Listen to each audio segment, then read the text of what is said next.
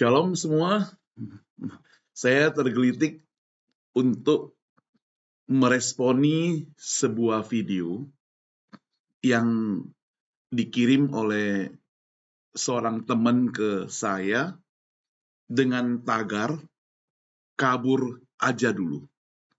Ternyata tagar kabur aja dulu ini sekarang lagi viral, ya. Lagi viral di media sosial yang konon ceritanya mencerminkan keresahan generasi muda Indonesia terhadap situasi politik, ekonomi, sosial di dalam negeri ini. Nah, tren ini muncul sebagai satu bentuk protes ya atas ketidakpastian masa depan, sulitnya mendapat pekerjaan, rendahnya gaji, tingginya biaya hidup, serta kebijakan pemerintah, tanda kutip, yang dianggap kurang mendukung. Dengan demikian banyak anak muda melihat peluang di luar negeri, konon ceritanya lebih menjanjikan, lebih baik, dan sebagainya, terutama untuk pendidikan maupun membangun karir. Nah, fenomena ini juga dipicu oleh isu seperti PHK massal dan dikenakan biaya pendidikan tinggi di negeri tercinta. Nah, beberapa pejabat pemerintah dengan tren ini mereka menilai sebagai kurang patriotisme, kurang cinta tanah air, ya, kurang menghargai negeri tercinta dan sebagainya. Yang menurut generasi muda ini, orang-orang yang termasuk dalam golongan tagar kabur aja dulu, mereka merasa mereka itu dianggap kurang apresiasi wajar dari pihak tanda kutip yang berkomentar. Ada wamen ya yang berkomentar walaupun sudah diklarifikasikan, ya kan tentunya media sosial sudah telanjur menyampaikan berita-berita miring dan sebagainya, sehingga membuat ekspresi kekecewaan dari siapa? Dari orang-orang yang merasa dirinya saat ini sedang mengalami kesulitan. Nah, beradaptasi dengan budaya di luar negeri memerlukan keterbukaan, strategi yang tepat. Saudara, orang-orang yang bekerja di luar negeri, saya tidak melihat mereka tidak mencintai Indonesia, tidak. Justru mereka mencintai Indonesia, mereka tidak mau menjadi orang miskin, peminta-minta di Indonesia yang membebani pemerintah, sehingga mereka ibaratnya merantau ke luar negeri kerja supaya meningkatkan gaji mereka, pemasukan mereka, sehingga mereka bisa membantu sanak famili di tanah air. Saya masih ingat kira-kira 23 tahun lalu waktu masih di Surabaya, betapa sulitnya orang mencari pembantu. Keluarga-keluarga mencari pembantu. Lalu kita cek, saya pernah pergi sampai ke desa, ditemani supir dari gereja, untuk mau mengetahui bagaimana sulitnya, apa yang terjadi sebenarnya, sehingga para pekerja di kampung tidak mau kerja lagi. Ternyata mereka lebih senang jadi TKW, kerja di luar negeri. Walaupun ada orang yang tidak bertanggung jawab menipu mereka. Sebagian orang tertipu, dikatakan ada pekerjaan, ternyata ditipu. Ada adik ipar saya juga pernah dulu dijanjikan di Malaysia atau Singapura ada pekerjaan, lalu mereka sudah bayar uang panjar, uang tiket dan sebagainya, mereka didamparkan di Malaysia. Dan mereka harus pulang dengan biaya sendiri. Dan orangnya kabur. Nah, sekarang pertanyaan, mengapa orang kerja di luar negeri? Sebenarnya bukan sekarang saja. Zaman tadi saya katakan 20 tahun yang lalu, waktu saya kunjungi desa, mau cari pembantu rumah tangga, saya lihat rumah-rumah mereka di situ bagus-bagus dibangun. Lebih bagus dari rumah yang ada di kota Surabaya ada. Ada yang sudah punya mobil. Ya. Saya pernah baca di media, ada satu desa yang semua keluarganya beli mobil. Rumah mereka sudah perbaiki. Sementara ada salah seorang anaknya atau istrinya atau suaminya kerja di luar negeri. Ada teman hamba Tuhan, pendeta, mereka juga melayani di luar negeri, misalnya di Taiwan, di Hong Kong, ada banyak imigran, TKW yang kerja di sana, tenaga wanita, pria wanita kerja di sana. Ya kalau hari Sabtu Minggu mereka dapat liburan, menurut cerita di mal-mal mereka berkumpul. Dan saya yakin di Malaysia, Singapura, dan negara-negara lain. Ya, saya ada di San Francisco dan di Amerika ada orang-orang yang kerja sebagai imigran di luar negeri. Nah, memang ada yang kerjanya secara legal, ada juga ilegal. Belakangan kan maraknya beberapa tahun lalu maraknya visa kerja yang boleh kerja di Australia misalnya. Jadi orang-orang ke sana kerja untuk dapat ya gaji yang lebih tinggi lah. Karena apa? Karena mereka merasa sudah tanda kutip sulit berharap ya, di negeri sendiri sehingga mereka mau keluar mencoba mengadu nasib supaya masa depan lebih baik. Nah, apa sebenarnya tantangan yang dihadapi? Ya? Tantangan yang dihadapi orang yang ke luar negeri itu, mereka itu banyak hal. Pertama, jauh dari keluarga. Itu tantangan. Jadi waktu mereka mau ambil keputusan, mereka jauh dari keluarga. Mulai dari nol. Meninggalkan keluarga, ada yang tinggalkan anak-anak mereka. Mencari nafkah di luar negeri.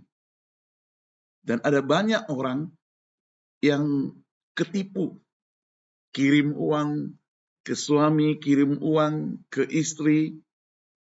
Pulang-pulang, bertemu dengan keluarganya, ketemu istrinya, ketemu suaminya, sudah punya istri, sudah punya suami. Yang baru maksud saya.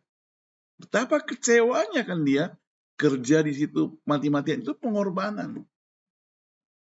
Gara-gara jauh dari keluarga. Orang yang kerja di luar negeri juga kehilangan kenyamanan. Walaupun uangnya banyak, tapi kenyamanannya tidak bebas. Mereka seperti mereka berada di tanah air, bukan? Mereka harus menyesuaikan diri dengan budaya. Ada juga harus menyesuaikan diri dengan bahasa, lingkungan yang berbeda. Resiko yang ketiga, ada resiko dieksploitasi.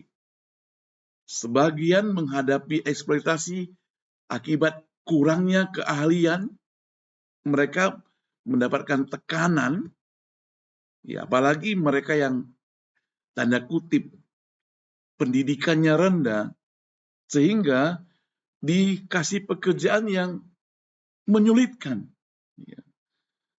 Nah, belum lagi ditambah beberapa negara yang memperlakukan yang tidak baik terhadap pekerja wanita yang di luar negeri. Ini semua merupakan tantangan yang tidak gampang yang dihadapi oleh tanda kutip orang-orang Indonesia yang kerja di luar negeri. Kita tentu tanya, bagaimana, mengapa mereka harus pergi keluar? Itu karena beban finansial.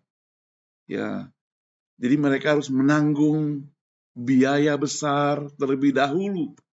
Ada yang pinjam uang dari orang untuk berangkat.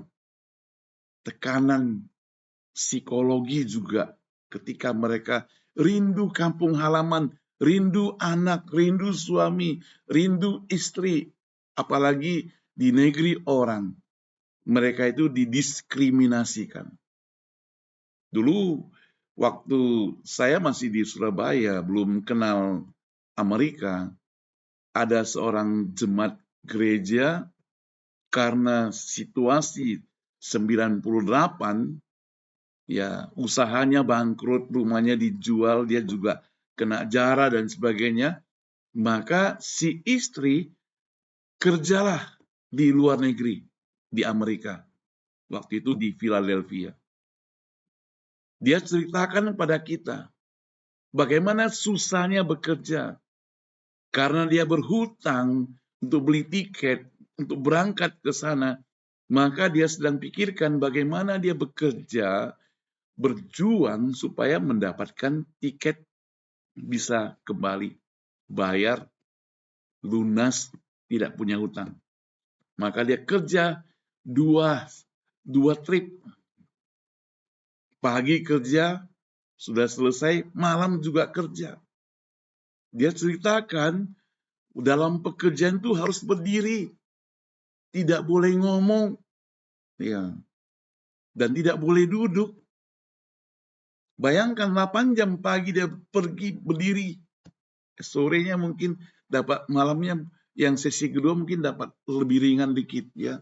Jadi dia bilang kalau pulang malam tidur, kakinya perlu diangkat supaya tidak terasa sakit atau pegal. Kalau weekend bisa libur, senang sekali mereka. Tapi dia gak tahan. Kalau nggak salah kerja 6 bulan, dia pulang ke Indonesia. Nah, itulah yang dihadapi oleh orang-orang yang kerja di luar negeri. Khususnya yang mereka yang kerja tanpa pendidikan yang tinggi. Ya. Nah, sekarang kita kan bertanya, kenapa mereka yang studi di luar negeri kemudian tidak mau pulang? Saudara, kadang saya juga bayangkan mereka sekolah di luar negeri. Kalau orang Indonesia masuk diterima di UC Berkeley misalnya, atau UCLA, UC San Diego, mereka mesti bayar sebagai murid internasional lebih kurang 60.000 atau 70.000 atau lebih daripada itu per tahun. Ya, jadi ya itu biaya yang mereka harus bayar, orang tua bayar. Kalau 5 tahun mereka kuliah atau 4 tahun, jadi kalikan saja. Lalu ketika mereka selesai sekolah dengan ijazah S1 misalnya, pulang mau cari pekerjaan, digaji yang saya tahu ada yang awal 8 juta. 10 juta lah. Ya paling itu namanya $1.000 atau 15 juta. Kapan kembalinya modal itu? Itu sebabnya maka mereka tetap kerja di sini kalau mereka dapat pekerjaan. Atau pendidikan yang mereka kecap, mereka pelajari terlalu tinggi sehingga tidak bisa terapkan di Indonesia misalnya. Zaman itu ada seorang anggota pemuda di gereja, dia sekolah tamat dengan jurusan yang tidak ada di negeri tercinta, mau gak mau dia di sini, ya ada yang kerja di laboratorium penyakit kanker misalnya, ya mungkin zaman itu tidak ada di Indonesia. Sekarang saya nggak tahu sudah ada belum, mungkin ada. Tapi dia bisa kerja sini, dapat gaji di sini, nyaman di sini dan sebagainya, sehingga mereka tidak pulang. Sekali lagi bukan berarti dengan tidak pulangnya mereka berarti mereka tidak cinta tanah air. Ya tadi saya lihat di sebuah TV nasional ada 2 orang ibu sama-sama share bahwasanya mereka yang di Jerman kalau mau lihat cinta tanah air lebih cinta mereka di luar negeri cinta tanah air. Bisa bikin acara, ya acara-acara Indonesia dan sebagainya. Saya kenal beberapa teman, ada banyak teman di sini juga orang Indonesia, mereka yang kerja di sini, mereka yang lahir dari Indonesia, dapat pekerjaan, berkeluarga di sini, betapa mereka tetap cinta tanah air. Karena ada family, ada saudara yang masih di situ. Tapi karena kehidupan, karena keluarga, karena pekerjaan, mereka di sini. Dapatkan hidup yang tanda kutip lebih layak. Ya, lebih layak. Sebagai hamba Tuhan, pendeta, kita juga melayani orang Indonesia di sini. Bahasa sehari-hari kami ya Indonesia. Ketemu teman-teman ya sebagian besar Indonesia. Kita juga ada ikut upacara 17 Agustus. Saya pikir saudara saja mungkin sebagian orang-orang di Indonesia yang sekarang tidak kerja di kantor dan sebagainya, belum tentu saudara ikut upacara 17 Agustus, bukan. Coba tanya di Konjen San Francisco, ada banyak orang Indonesia yang rindu kumpul 17 Agustus mereka rayakan bersama, ikuti upacara. Mulai upacara jam 9, datang dari tempat jauh, ada yang 2-3 jam dari San Francisco, mereka ikut upacara. Ini konteks di San Francisco ya. Ya, menunjukkan bahwa mereka mau tetap cinta tanah air, nyanyi lagu-lagu kebangsaan dan sebagainya. Nah, jangan lupa saudara, saya melihat di sini cuma ada fenomena dari yang saya tahu warga di Medan. Ya, kota lain saya kurang tahu ya. Tapi yang di Medan mereka itu secara umum kalau kerja di luar negeri anaknya itu dipilihkan Kamboja. Khususnya di sektor perjudian. Ini mencerminkan apa? Ini mencerminkan kompleksitas masalah imigrasi, pekerjaan yang mungkin mereka masuknya legal, tapi pekerjaannya pekerjaan ilegal. Ya, scamming, pekerjaan judi dan sebagainya, judi online. Mereka diiming-iming dengan gaji yang besar. Menjadi admin judi online lumayan. Ada yang katakan gajinya lebih kurang 800 US dollar per bulan. Dan tidak banyak dan cukup banyak di antara mereka yang terjebak dalam praktek ilegal. eksploitasi manusia dan sebagainya. Dan kasus-kasus itu sudah terjadi.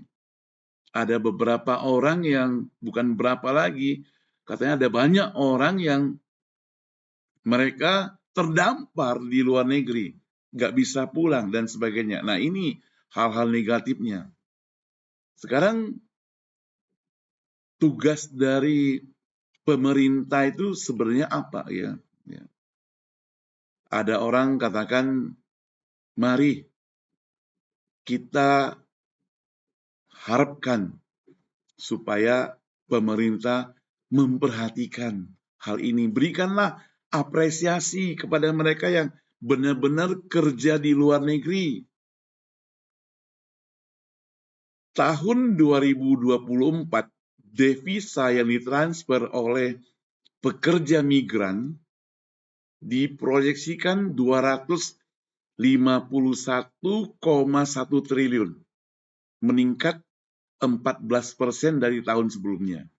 Jika dibandingkan dengan APBN 2014 yang memiliki total pendapatan negara 1.667,1 triliun APBN awal atau 1.537,2 triliun realisasinya, maka kontribusi dari pekerja migran 2024 setara dengan 15-16% dari pendapatan negara di APBN 2014. Nah, tadi saya katakan itu kontribusinya yang perlu diapresiasikan, bukan dianggap dihina, karena ada celutuk dari seorang tanda kutip pejabat yang katakan, kalau mau pergi ke luar negeri, mau kabur-kabur ya kabur aja, gak usah pulang-pulang lagi. Ini kan membuat orang-orang tersebut sakit hati. Ya memang di tahun 98 ada banyak orang yang kabur ke luar negeri karena kondisi tidak aman, tidak nyaman. Sebenarnya mereka juga tidak tahu mau lakukan apa. Mereka mau selamatkan diri tentunya. Tapi dalam rangka menyelamatkan diri kan perlu mencari makan, perlu kerja, dan sebagainya. Sehingga mereka itu merasa perlu bekerja, perlu mendapatkan yang lebih nyaman. Kalau sebagai imigran gelap, mereka kerja kan terbatas. Lalu mereka mencari, usahakan supaya bisa mendapatkan green card misalnya. Ya, status ditingkatkan. Sudah lama di sini, anak lahir di sini, keluarga sudah di sini, ya mereka lebih nyaman lagi. Ya, mungkin menjadi warga negara di luar. Jadi kita tidak bisa salahkan mereka juga gitu. Ya, itu sebabnya mari kita sama-sama koreksi. Kita rindu tentunya negeri tercinta maju, negeri tercinta itu sukses, negeri tercinta penuh damai, negeri tercinta itu bangun dengan bagus, banyak perusahaan-perusahaan yang mau dibangun di situ, tentunya dibarengi dengan kedamaian, bukan hanya unjuk rasa, bikin keributan, bakar sana, bakar sini, sehingga membuat para penanam modal mungkin dari luar negeri takut, sehingga lapangan kerja pun berkurang. Ini mungkin sekilas dari seorang awam yang tidak ngerti banyak, tapi melihat tagar, kabur aja dulu, merasa tergelitik. Mudah-mudahan gelitikan ini boleh menjadi satu respon yang mungkin tidak lengkap. Saudara boleh lengkapi. Berikan komentar teman-teman yang membaca atau melihat video ini. Video yang tidak sempurna, tolong disempurnakan. Kiranya Tuhan memberkati kita semuanya.